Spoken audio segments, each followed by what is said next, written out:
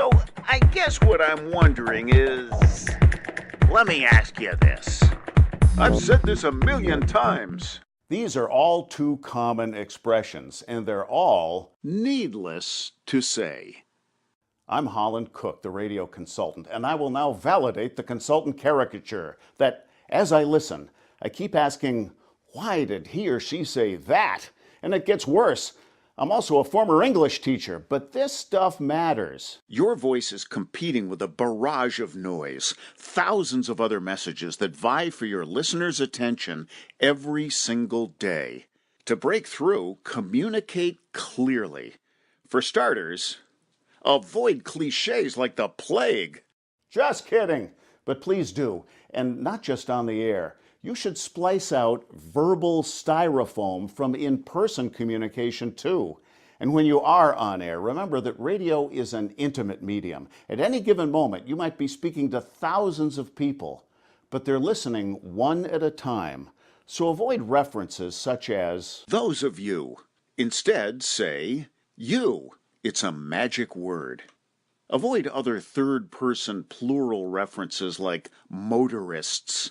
It sounds like you're talking about the listener as though he or she isn't in the room. Instead of, anyone who has seen a car matching that description is asked to contact the police. Say, if you see that car, call the police. Your goal is to cut through the mental clutter we all cope with.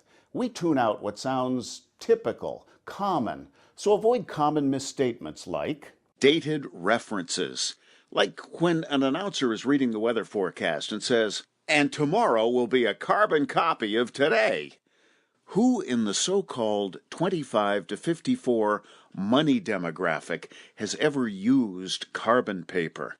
Same goes for like a broken record, a relic of the vinyl era.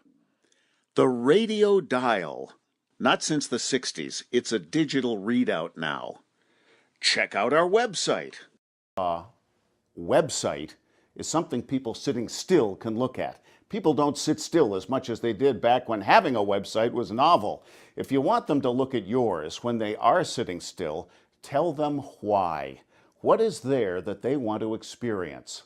Avoid lingo. Often station websites have a link to submit a PSA.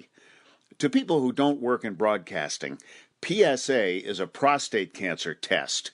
Instead, invite people who have a community event coming up to click here to send us the details. This is a remote. If you'll be broadcasting live somewhere, say that as you invite listeners to stop by. But don't call your appearance a remote. Avoid percentages.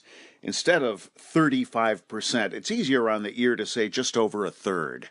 If you do strictly political talk radio, you're already challenged because, as ratings and demographics demonstrate, it's being done to death. Rather than blending into the blah, blah, blah, stick out. Example? Suddenly one day I heard this word everywhere. It's like a fax went out pre-dawn, and for days radio righties were calling the president feckless. I won't blame anyone in particular, though I'm tempted. Too many in talk radio seem to be trying to conform, to fit in.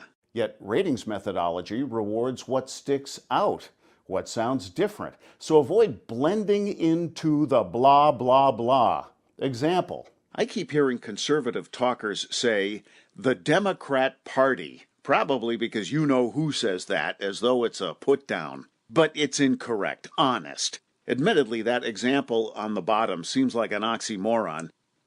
But we don't call the other guys the Republic Party, do we? Be yourself.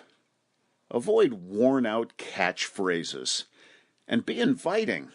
I cannot remember anyone ever sounding convincing saying this. Can you? Smart political talkers tell call screeners to move callers who disagree with them to the head of the line, then alternate callers who agree and disagree with your take on topic du jour. Get this right, and they'll use your show to hash it out, and you will sound popular. And finally, I warned you this would sound like consultant advice, right? call me a prude, but please don't say pissed off. This is something I'm begging Sean Hannity to stop saying, and here's why. The listeners that your station's advertisers want to see pull into the parking lot are parents with children of any age still living at home. These parents are the ultimate retail consumers. Assume that they are not alone in the car. Same goes for sucks and friggin'. Avoid saying things that mom and dad don't want to hear their children say. Do the math. Saying these words cannot tune in anyone who isn't listening, but they could tune out someone who is. Don't get me wrong, I'm not being holier than thou about that or any of the grammatical stuff. Several of my junior high and high school English teachers would spin in their graves if they read my monthly newsletter.